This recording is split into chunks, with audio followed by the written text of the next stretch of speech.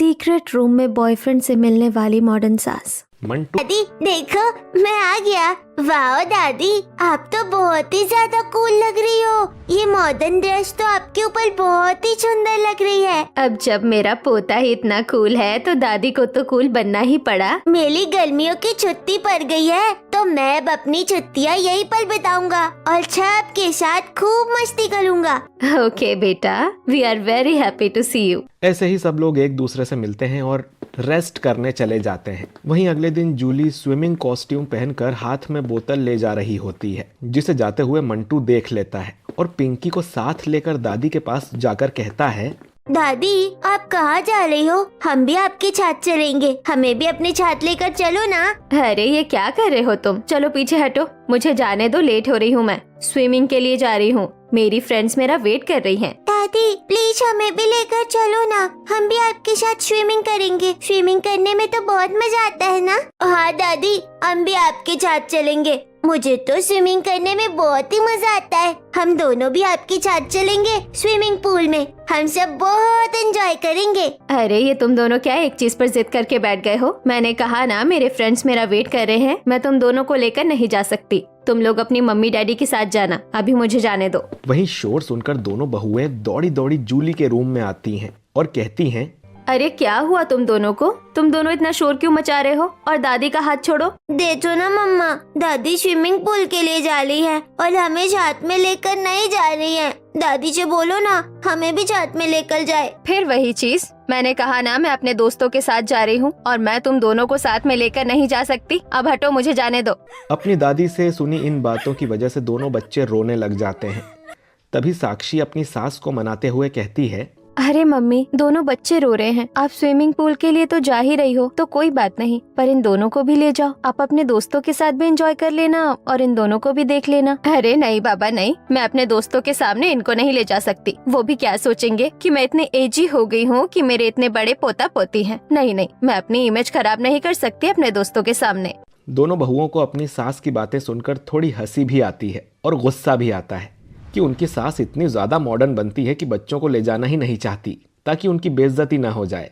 लेकिन फिर भी देवयानी शांत होते हुए अपने बच्चों को चुप कराती है। कोई बात नहीं बेटा, मैं थोड़ी देर बाद तुम दोनों को स्विमिंग पूल में लेकर जाऊंगी। अब तुम दोनों दादी को जाने दो, उन्हें लेट हो रहा है ना, उनके दोस्त उनका इंतजार कर रहे हैं। तुम दोनों भी अंदर चलो और तैयार हो जाओ, हम सब अलग चलेंगे। देवयानी के मनाने पर दोनों बच्चे मान जाते हैं और अपने अपने रूम में चले जाते हैं। वहीं जूली भी इन्हें बाय करके अपने स्विमिंग पूल के लिए चली जाती है। मम्मी देखो ना, दादी हमको अपने साथ नहीं लेकर गई, हमको उनके साथ जाना था। बेटा, तुम्हारी दादी वो दादी नहीं है जो बच्चों को स्टोरी सुनाती है, उनके साथ समय स्पेंड करती है, बल्कि तुम्हारी दादी वो मॉडर्न दादी है जो अपने दोस्तों के साथ एंजॉय करना पसंद करती है, ना कि अपने पोता पोती के साथ। पर कोई बात नहीं, हम लोग कह रहे हैं ना, हम लोग आपके साथ जाएंगे। उधर जूली अपने दोस्तों के साथ खूब एंजॉय कर रही होती है, जहां वो सॉफ्ट ड्रिंक पीती है, स्नैक्स खाती है और स्विमिंग पूल में ही डांस करती है और खूब देर नहाने और एंजॉय करने के बाद वॉशरूम में जाकर चेंज करती है और घर आ जाती है। घर पर दोबारा से ड्रेस अप करती है और अपने दोस्तों के साथ फिर से किटी पार्टी के लिए घूमने चल देती है, जहां कॉल पर बात करते हुए, तो गाइस आज हम लोगों का क्या प्लान है? हम लोग कहाँ कहाँ घूमने जा रहे हैं? सबसे पहले हम लोग रेस्टोरेंट जाएंगे, वहाँ पर हम कुछ खाएंगे पिएंगे, कॉफी लेंगे, गपशप करेंगे और उसके बाद एक अच्छी सी मूवी देखेंगे। अरे यार, कौन सी मूवी देखने जा रहे हैं हम? कोई अच्छी सी मूवी आई है क्या? हाँ आई है ना, धुरंधर सबसे अच्छी मूवी आई है। सुना है उसमें रणवीर कपूर ने बहुत अच्छा काम किया है, काफी अच्छी मूवी है ये, इसीलिए हम वही देखने जाएंगे। ओके देन डन, हम वही मूवी देखने जाएंगे। पर मूवी के बाद क्या प्लान है? उसके बाद हम क्लब जाएंगे और वहाँ पर भी हम पार्टी करेंगे। कॉल रखने के बाद जूली, सिम्मी और पारो मिलकर सबसे पहले रेस्टोरेंट जाते हैं। वहां पर लंच करते हैं, कॉफी पीते हैं, फिर मूवी देखने चले जाते हैं और शाम को वो सब क्लब के लिए निकल जाते हैं, जहां पर वो खूब नाच गाना करते हैं, पार्टी करते हैं, फोटो क्लिक करते हैं। तभी पारो कहती है, अरे ये सारी फोटोज मुझे व्हाट्सएप पर क्लिक करके भेजना, मैं इनको अपने इंस्टा आईडी पर डालूंगी। अरे पारो, ये इंस्टा आईडी क्या होती है? अरे यार जूली, तुझे इंस्टा के बारे में कुछ नहीं पता? तू कौन सी दुनिया में रहती है यार?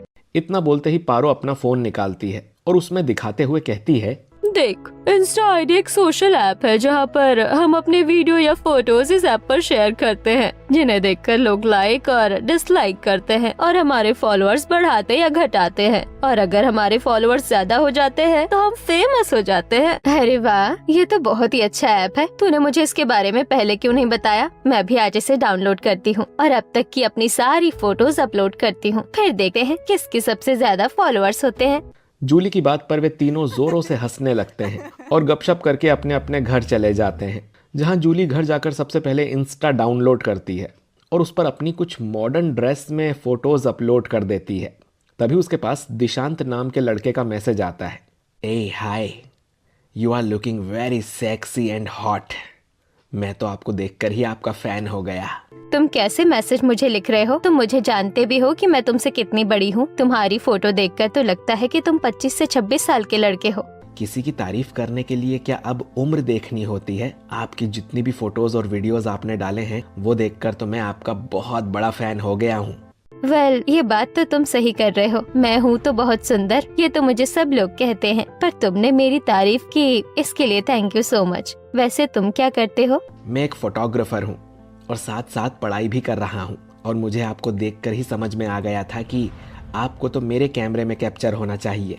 अच्छा जी, फिर तो तुमसे मिलना पड़ेगा। अपनी फोटोज खिंचवानी पड़ेगी तुमसे। मैं चाहती हूँ कि मेरी एक से एक बढ़कर फोटो तुम खींचो। तो फिर कब मिलना चाहेंगे आप मुझसे? इतनी भी क्या जल्दी है? अभी तो सिर्फ एक बार बात करी है, पहले जान तो लूं तुम किस तरह के इंसान हो, उसके बाद सोचूंगी। पहली चैट के बाद से ही देशांत और जूली आपस में रोज बातें करने लगते हैं, जहां देशांत रोज गुड मॉर्निंग का मैसेज करता और कॉल करता। घंटों जूली उससे बातें करने लगती है और देखते ही देखते धीरे धीरे जूली उसकी तरफ अट्रैक्ट होने लग जाती है। ऐसे ही एक दिन जूली रात में बेड पर उल्टी लेटे बालों को नीचे लटकाए उससे फोन पर बातें कर रही थी। मुझे तुमसे बातें कर कर बहुत अच्छा लगता है जैसे किसी अपने बहुत ही प्यारे इंसान से बात कर रही हूँ। तो मैं तुम्हारा प्यार ही हूँ, इसलिए मुझे दूसरा मत समझो। और वैसे भी मैं तुम्हें धीरे धीरे प्यार करने लगा हूँ। मैं तुमसे दोस्ती भी करना चाहता हूँ। अब तो मैं भी तुमसे दोस्ती करना चाहती हूँ। तुम्हें देखकर ऐसा लगता ही नहीं है कि मैं अकेली हूँ, बल्कि जितना तुम मुझे पसंद करते हो मुझे किसी ने इतना पसंद भी नहीं किया होगा। इतने में ही धीरे से देवेंद्र कमरे में आ जाता है और पीछे से उसको डरा देता है, और डर के मारे जूली के हाथ से फोन गिर जाता है। क्या डर गई? किससे बातें कर रही हो इतनी रात को? तुम्हें क्या मतलब है मैं किसी से भी बात कर रही हूँ? और ये क्या तरीका है डराने का? तुमने तो मुझे अटैक ही दे दिया। रिलैक्स यार, इतना क्यों चिल्ला रही हो? मैं तो मजाक ही कर रहा था। कोई बात नहीं, तुम करो जिससे तुम्हें बात करनी है, मैं जा रहा हूँ। देवेंद्र जूली से गुस्सा होकर कमरे से बाहर चला जाता है और जूली राहत की सांस लेते हुए अपना फोन उठाती है और कहती है, हाँ यार, अब बोलो। सॉरी, मुझे इस तरह से फोन रखना पड़ा। तुम्हारा हस्बैंड था ना, मैंने सुना, पर मुझे खुशी हुई कि तुमने मेरे लिए अपने हस्बैंड को झूठ बोला, उसे हमारे बारे में कुछ नहीं बताया। अब मुझे पता चल गया है कि तुम भी मुझे इतना ही प्यार करती हो जितना मैं करता हूँ। हाँ दिशांत, मैं भी तुमसे बहुत प्यार करने लगी हूँ और अब मैं तुम्हारे बिना नहीं रह सकती। मुझे तुम्हें देखना है बस। मैंने तुम्हें फोटो पर ही देखा है, पर अब मुझे तुमसे रियल में मिलना है। हाँ, मैं भी अब तुमसे मिलना चाहता हूँ। ठीक है, तो कल अब हम कॉफी पर मिलते हैं। मैं तुम्हें रेस्टोरेंट का नाम और एड्रेस सेंड कर देता हूँ। देशांत से बात करने के बाद अगले दिन जूली अपने कमरे में आईने के सामने खड़ी हुई होती है। हल्का मेकअप, सादा मगर क्लासी साड़ी और आंखों में अजीब सी चमक लिए वो अलमारी खोलती है, जिसमें से एक महंगा परफ्यूम जो उसने कल ही शहर के बड़े मॉल से लिया था वो निकालती है। वो निकालती हुई खुद से कहती है, पहली मुलाकात है, कुछ खास होना चाहिए। उधर देशांत अपने कमरे में जीन्स शर्ट पहनते हुए मुस्कुरा रहा था, जिसके बाद वो मेज पर रखे फूलों के गुलदस्ते को उठाता है जो उसने साधारण से सड़क किनारे वाले फूल वाले से लिया हुआ था। बस इतना काफी है, फूल तो फूल होते हैं। ऐसे ही थोड़े समय बाद गार्डन के कोने में दोनों आमने सामने आते हैं।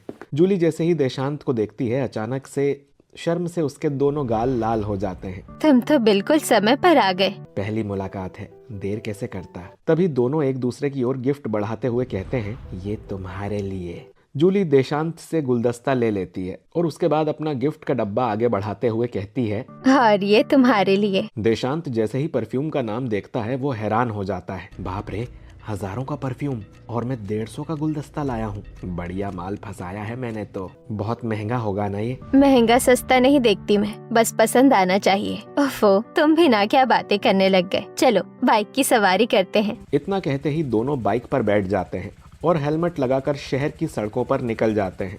जहाँ वे एक मल्टीप्लेक्स में जाकर रुकते हैं मूवी देखने के लिए। चलो तुम्हें आज मैं एक अच्छी सी मूवी दिखाता हूँ, तुम भी क्या याद रखोगी। जिसके बाद वो उसे एक रोमांटिक मूवी दिखाने के लिए ले जाता है। मल्टीप्लेक्स में मूवी देखते हुए जूली कई बार हंस पड़ती है तो कई बार इमोशनल होकर रोने लगती है और देशांत उसके हर रिएक्शन को गौर से देख रहा होता है। थोड़ी देर बाद मूवी खत्म होते ही दोनों बाहर निकलते हैं। आज मुझे बहुत अच्छा लगा क्योंकि आज मैंने उस इंसान के साथ मूवी देखी है जिससे मैं शायद अपने आप से भी ज्यादा प्यार करता हूँ। इसलिए आज का दिन मेरे लिए बहुत ही अच्छा दिन है। हाँ, मुझे भी। शाम ढलते ढलते दोनों अपने अपने घर लौट जाते हैं जैसे कुछ हुआ ही ना हो। ऐसे ही दिन बीतने लगे। देशांत की वजह से जूली अपनी किटी पार्टी की औरतों से भी मिलना जुलना कम कर देती है। न कॉफी डेट, न शॉपिंग, न गपशप। वो ज्यादातर वक्त या तो गार्डन में टहलती रहती या छत पर कान में ईयरबड लगाए घूमती रहती। ऐसे ही एक दिन किटी पार्टी की सारी सहेलियां उसे घेर कर रोक लेती हैं। क्या बात है जूली, आजकल हमारे साथ ना कॉफी पर जाती हो ना कहीं घूमने और ना ही हमसे बातें करती हो। कहाँ बिजी रहने लगी हो आजकल? हाँ, जब देखो दिन भर गार्डन में घूमती रहती हो या छत पर कान में ईयरबड्स लगाए रहती हो। हमारी आवाज भी सुनाई नहीं देती तुम्हें तो अब। अरे कुछ नहीं, मुझे आजकल गाने सुनने का बहुत शौक हो गया है, इसीलिए ज्यादा गाने सुनती रहती हूँ। और थोड़ी तबीयत भी ठीक नहीं रहती है, इसीलिए बाहर नहीं जाती। सही में ये बात है या कुछ और बात है? तू हमसे कुछ छुपा तो नहीं रही है ना? या कोई और दोस्त तो नहीं मिल गए तुझे? अरे यार, तुम कैसी बातें कर रही हो? तुम ही लोग तो मेरी दोस्त हो। तुम लोगों के अलावा मेरा और कौन है दोस्त? ये तो तुम दोनों अच्छे से जानती हो। पर मैं थोड़ा सा ठीक फील नहीं कर रही हूँ। आजकल मन पता नहीं कहाँ लगा रहता है, बस यही रीजन है। उसकी दोस्त उसकी बात सुनकर चली जाती हैं। जहां शाम के समय डाइनिंग टेबल पर आज पूरे घर की रौनक में जूली कई दिनों बाद सबके सामने बैठती है, जिसे देख बच्चे खुश तो होते हैं पर जूली की बहुएं और देवेंद्र हैरान होकर जूली को देखने लगते हैं। अरे मम्मी, आज तो आप बड़े दिनों बाद हमारे साथ खाना खा रही हो, वरना हर टाइम तो बाहर ही रहती हो। हाँ बेटा, तो इसमें इतना हैरान होने की क्या बात है? जब बाहर रहती हूँ तो बाहर ही खा लेती हूँ। आज घर पर थी तो सोचा क्यों ना फैमिली के साथ खाना खा लूं। आज तो हम बड़े भाग्यवान हो गए, कई सालों बाद हमारे साथ खाना खा रही हो। पता नहीं आज सूरज किधर से निकला है। मम्मी जी, आज आपके लिए ही खास पकवान बनाए हैं, आइए मैं परोस देती हूँ। इतना कहकर जूली कुर्सी पर बैठ जाती है और बहुएं उसके सामने थाली लगाती हैं। जैसे ही पूरा खाना परोस दिया जाता है तब जूली अचानक अपना मोबाइल निकालती है और अलग अलग एंगल से खाने की फोटो लेने लगती है। मम्मी जी, आप खाने की फोटो कब से लेने लगी? हाँ भाई, हमें भी दिखाओ जरा इतनी सुंदर थाली की फोटो। देवेंद्र की बात से जूली थोड़ा घबरा जाती है और अपने मोबाइल को छुपाते हुए बोलती है, अरे नहीं नहीं, वो तो बस ऐसे ही ले ली मैंने फोटो, क्योंकि आज खाना अच्छा लग रहा था। अपने दोस्तों को दिखाने के लिए कि देखो आज मेरी बहू ने मेरे लिए कितना स्पेशल खाना बनाया है। जूली जल्दी से फोटो खींचकर देशांत को चुपके से भेज देती है और फिर मोबाइल साइलेंट कर देती है। जूली के वहां होने की वजह से टेबल पर सब हंसते बोलते रहते हैं, मगर जूली के चेहरे पर हल्की बेचैनी और आंखों में अलग ही चमक दिखाई दे रही थी। ऐसे ही अगले दिन दोपहर में जूली आज खास तौर पर पार्लर जाती है, हेयर स्पा, फेशियल और हल्का सा मेकअप करवाने। लेकिन शाम को जब वो तैयार होकर बाहर निकलने लगती है तो साक्षी उसे देख लेती है। मम्मी जी, आप कहाँ जा रही हैं? और आज तो आप पार्लर भी गई थी, लेकिन अब इतना तैयार होकर कहाँ जा रही हो आप? अरे नहीं नहीं, मेरे बाल बहुत खराब हो रहे थे, कई दिन हो गए थे फेशियल कराए हुए भी, इसीलिए जा रही थी। अच्छा, पर अब कहाँ जा रही हैं आप? तभी जूली पर्स उठाती है, आईने में खुद को एक बार फिर से देखती है और अपनी बहू से कहती है, हाँ, अब मुझे कहीं जाना है, थोड़ा जरूरी काम है, मैं जा रही हूँ। मेरे दोस्त मेरा इंतजार कर रहे हैं, मैं जल्दी से जाती हूँ वरना लेट हो जाऊंगी। इतना कहकर वो जल्दी से बाहर निकल जाती है, जहाँ जूली और देशांत पहले से तय जगह पर मिलते हैं। आज तो आप बहुत ज्यादा सुंदर लग रही हो। तुम्हारा इंतजार करते करते पार्लर तक चली गई ताकि तुम्हें स्पेशल फील करा सकूं। अब स्पेशल इंसान के लिए स्पेशली तैयार भी तो होना पड़ेगा। ऐसे ही बातें करते करते दोनों हंसने लगते हैं और फिर एक अच्छे से रेस्टोरेंट की ओर बढ़ जाते हैं। वहाँ पर वो खाना खाते हैं और एक दूसरे के साथ फोटोज खींचते हैं, जिसके बाद देशांत उसे घर छोड़ने के लिए आता है। तुम बस मुझे यहीं पर छोड़ दो, इससे आगे मैं खुद चली जाऊंगी। क्यों, यहाँ पर क्यों छोड़ना है? मैं तुम्हें घर तक छोड़ देता हूँ ना। तुम मेरे लिए बहुत खास हो और एक लड़का होने के नाते मेरा फर्ज है कि मैं तुम्हें सही सलामत घर ड्रॉप करूं। मैं कोई बच्ची नहीं हूँ, तुम कैसी बातें कर रहे हो? किसी ने तुम्हें देख लिया तो मैं किसी को क्या ही जवाब दूंगी। घर पर सब लोग हैं, तुम बस मुझे यहीं पर छोड़ दो, यहाँ से मैं खुद चली जाऊंगी। अच्छा, तुम बोलती हो तो मैं मान लेता हूँ, ओके बाय। जिसके बाद जूली अपने घर आ रही होती है, तभी उसे पड़ोस के दो लड़के रोक लेते हैं। अरे आंटी, लड़का कौन है? रोज आपको छोड़कर जाता है। मैंने आपको कई बार उसके साथ बाइक पर देखा है। वैसे वो लड़का है कौन?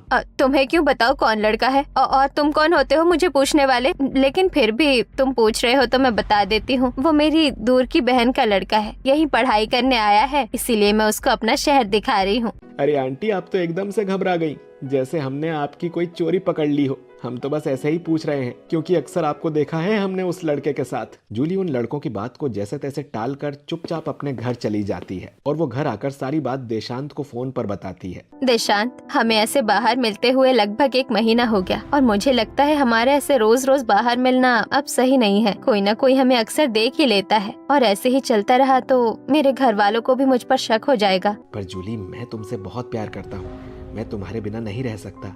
अगर हम बाहर नहीं मिलेंगे तो फिर हम कहाँ मिलेंगे, तुम ही बताओ। उसकी चिंता तुम मत करो, बस मुझे थोड़ा टाइम दो और देखना मैं क्या करती हूँ। कोई ना कोई अच्छा तरीका तो जरूर निकाल लूंगी हमारे मिलने के लिए। ठीक है, जैसा तुम चाहो। पर वो मुझे तुमसे कुछ कहना था। अरे देशांत, तुम इतना घबरा क्यों रहे हो? जो भी बात है तुम मुझसे बोल सकते हो। मैं तुम्हारी गर्लफ्रेंड हूँ तो तुम्हें मुझसे कुछ भी छुपाने की जरूरत नहीं है। जूली बेबी, क्या बताऊँ, मेरी मम्मी बहुत बीमार है और उन्हें इलाज के लिए पैसों की जरूरत है। अब मैं 24 घंटे तुम्हारे साथ रहता हूँ, तुमसे बातें करता रहता हूँ, तो मैं तो कमाने जा नहीं पा रहा हूँ।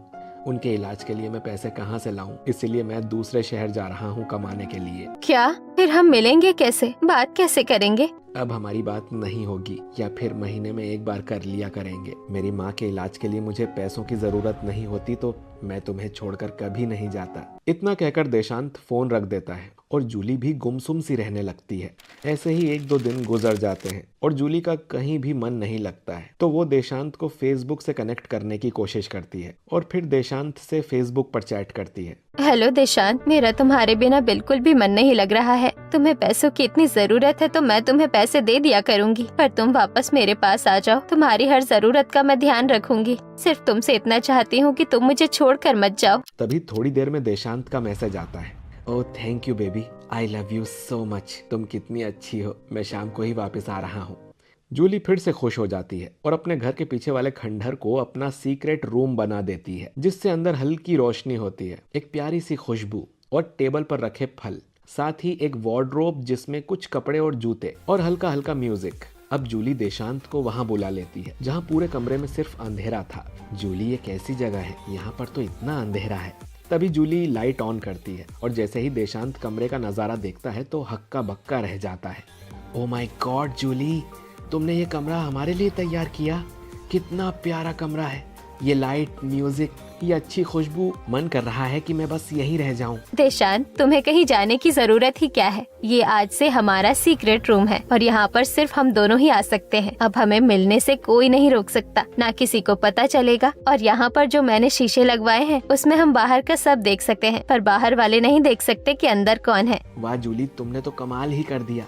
वैसे तुमने मुझे वापस बुला तो लिया, पर मुझे अपनी माँ की तबीयत की बहुत ज्यादा टेंशन हो रही है। अब मैं क्या करूँ, मुझे कुछ समझ नहीं आ रहा। तुम्हें परेशान होने की क्या जरूरत है? मैंने तुम्हें बोला था ना कि तुम्हारा सारा खर्चा मैं उठाऊंगी। तुम्हारी माँ मेरी भी तो कुछ लगी ना, तो तुम टेंशन मत लो। मैं तुम्हारे लिए पैसे लेकर आई हूँ, ये लो और अपनी माँ का अच्छे से इलाज करवाओ। कुछ देर तक समय बिताने के बाद देशांत सीक्रेट रूम से बाहर आता है और अपनी बाइक पर बैठते हुए फोन करता है। बेबी, तुम तैयार रहो, पैसों का इंतजाम हो गया है। मैं जल्दी से तुम्हें लेने आ रहा हूँ और हम शॉपिंग करने जाएंगे। इतना कहकर देशांत वहां से चला जाता है, पर इस बात से अनजान होता है कि उसकी ये सब बातें जूली की बहू साक्षी सुन लेती है और वो मन ही मन में बोलती है, तो ये लड़का फ्रॉड ही है और मम्मी जी के साथ पैसों के लिए गेम खेल रहा है। अच्छा हुआ मैंने मम्मी जी और इस पर कई दिनों से नजर रखी, वरना मुझे इसकी सच्चाई का पता ही नहीं चलता। मम्मी, आपको पता है दादी अपने कमरे में ही रहती है, किसी से फोन पर बात करती रहती है और फिर वो पीछे वाला जो खंडल है ना, वहाँ पर ही चली जाती है। और एक भैया को हमने देखा था वहाँ पर आते जाते, पता नहीं वो भैया कौन है। और मैंने देखा है कई बार तो वो भैया अपने हाथों में गिफ्ट जैसा कुछ ले रहे थे। दादी हमें तो कुछ भी नहीं देती और ना हमारे साथ खेलती है। वो उन भैया को पता नहीं क्यों गिफ्ट देती है। चुप करो तुम दोनों, दादी के बारे में ऐसी बातें नहीं करते। नहीं मामा, हम सच बोल रहे हैं। आप चाहो तो देख लेना, शाम को हमेशा 6 बजे दादी वही चली जाती है और वो भैया भी तभी आ जाते हैं। साक्षी को अब कुछ अजीब सा लगता है और वो सच का पता लगाने के लिए शाम को 6 बजे घर की खिड़की से देखती है कि उसकी सास 6 बजे पीछे वाले खंडहर में जा रही होती है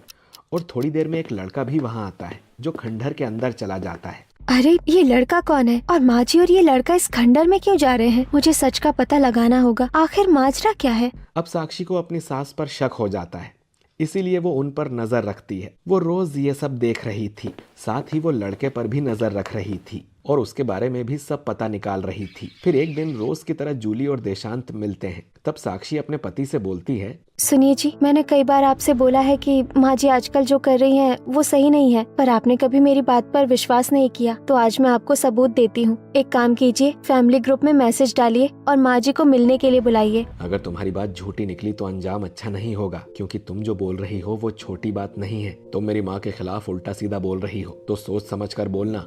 आप मेरी बात का विश्वास तो कीजिए, मैं भी माँ जी का बुरा नहीं चाहती हूँ, बस मैं जो कहती हूँ आप वो कर दीजिए। फिर निखिल फैमिली ग्रुप में मैसेज डाल देता है सबको एक साथ इकट्ठा होने के लिए। तभी मैसेज देखकर जूली देशांत को बोलती है, देशांत मुझे जाना होगा, मेरे बेटे को कुछ जरूरी काम है, तो अब हम कल मिलेंगे। ठीक है। जैसे ही जूली सीक्रेट रूम से बाहर आती है, वो अपने सामने पूरे परिवार को देखकर चौंक जाती है। उसके सामने उसका बेटा, बहू, पति और बच्चे थे। वो बहुत घबरा जाती है। आप सब यहाँ? ये सवाल हमें पूछना चाहिए कि तुम यहाँ क्या कर रही हो और ये लड़का कौन है? जूली बहुत शर्मिंदा हो जाती है और कुछ नहीं बोल पाती। तभी साक्षी बोलती है, ये एक फ्रॉडी है जो पैसों के लिए माँ जी का और उनके इमोशन का इस्तेमाल कर रहा है। आप सब गलत समझ रहे हैं, ऐसा कुछ नहीं है। मम्मी जी, ये सब बातें हम बाद में करेंगे, पहले आप मेरी बात सुनिए। ये लड़का एक फ्रॉडी है, ये आपसे सिर्फ पैसों के लिए दोस्ती कर रहा है, ये आपसे कोई प्यार व्यार नहीं करता। तुम ये कैसी बातें कर रही हो? ये सिर्फ मेरा बहुत अच्छा दोस्त है, तुम उसके बारे में मुझसे ऐसी बातें मत करो। तुम्हें क्या पता ये मेरे लिए कितना खास है। मैं सब कुछ जानती हूँ, ये कि ये आपके लिए कितना खास है, लेकिन मैं आपको सारी सच्चाई अभी दिखाती हूँ। ये आपसे कोई प्यार व्यार नहीं करता, ये देखिए इसकी सच्चाई। साक्षी जूली को देशांत की उसकी असली गर्लफ्रेंड के साथ फोटोज दिखा देती है और वीडियो भी दिखाती है, जिसमें वो उसके साथ काफी क्लोज होता है और दोनों बातें कर रहे हैं, साथ में खाना खा रहे हैं, घूम फिर रहे हैं। ये देखकर जूली हैरान हो जाती है। जूली, ये सब झूठ है, इसकी बात पर यकीन मत करो, ये झूठ बोल रही है। मैं तुमसे बहुत प्यार करता हूँ और तुमसे ही शादी करना चाहता हूँ। हाँ देशांत, मैं जानती हूँ तुम मुझसे बहुत प्यार करते हो, तुम्हें कुछ भी समझाने की जरूरत नहीं है। अच्छा, मैं झूठ बोल रही हूँ तो ठीक है, तुम मम्मी जी से शादी करना चाहते हो ना, तो ठीक है, तुम उनसे शादी करो। अब साक्षी अंदर जाती है और वहाँ से सिंदूर और मंगलसूत्र लेकर आती है और देशांत से कहती है कि लो और लगाओ मेरी मम्मी को सिंदूर। ये सब तुम क्या कर रही हो? इन सब की जरूरत नहीं है। मैं जानती हूँ देशांत मुझे बहुत प्यार करता है। मैं जूली से बहुत प्यार करता हूँ और मैं ये सिंदूर भी लगा दूंगा। लगाओ मेरी मम्मी को मंगल सिंदूर, मैं भी देखना चाहती हूँ तुम मेरी मम्मी से कितना प्यार करते हो। देशांत अपने आप को बहुत ही फंसा हुआ महसूस करता है और मन ही मन सोचने लगता है, अब मैं क्या करूँ? मुझे कुछ भी समझ नहीं आ रहा है, मैं इससे शादी कैसे कर सकता हूँ? और वो जैसे ही सिंदूर लगाने के लिए हाथ ऊपर उठाता है, ऊपर हाथ ले जाते लास्ट में वो सिंदूर छोड़ देता है और कहता है, नहीं नहीं, मैं ये शादी नहीं कर सकता। आखिर मैं इससे शादी कैसे कर सकता हूँ? ये तो एक बुढ़िया है, मैं इसके लड़के की उम्र का आदमी हूँ, भले मैं इससे शादी कैसे कर सकता हूँ? मैं नहीं करूँगा शादी। मैं तो इसके साथ सिर्फ पैसों के लिए था, मैं इसको घुमा रहा था और इसको खुश करने के बदले ये मुझे बहुत सारे पैसे देती थी। ये सब बातें सुनकर जूली पूरी तरह से टूट जाती है। उसे ये सब एक सपना नजर आता है। ये तुम कैसी बातें कर रहे हो? तुम तो मुझे बहुत प्यार करते हो ना, ये सब तुम क्या बोल रहे हो? सच बोल रहा हूँ, तुम्हें खुद सोचना चाहिए। तुम एक अधेड़ उम्र की औरत हो, भला मैं तुमसे प्यार कैसे कर सकता हूँ? मैं तो सिर्फ तुम्हारे साथ पैसों के लिए था, अब मुझे जाने दो यहाँ से। जूली ये सब बातें सुनकर टूट जाती है और नीचे गिरकर फूट फूट कर रोने लगती है। हे भगवान, मुझे क्या हो गया है? ये क्या कर दिया मैंने? मैं अपने बेटे और अपने पति को क्या मुंह दिखाऊंगी? मुझसे कितना बड़ा पाप हो गया है। For Fairly Idiot, please subscribe my channel.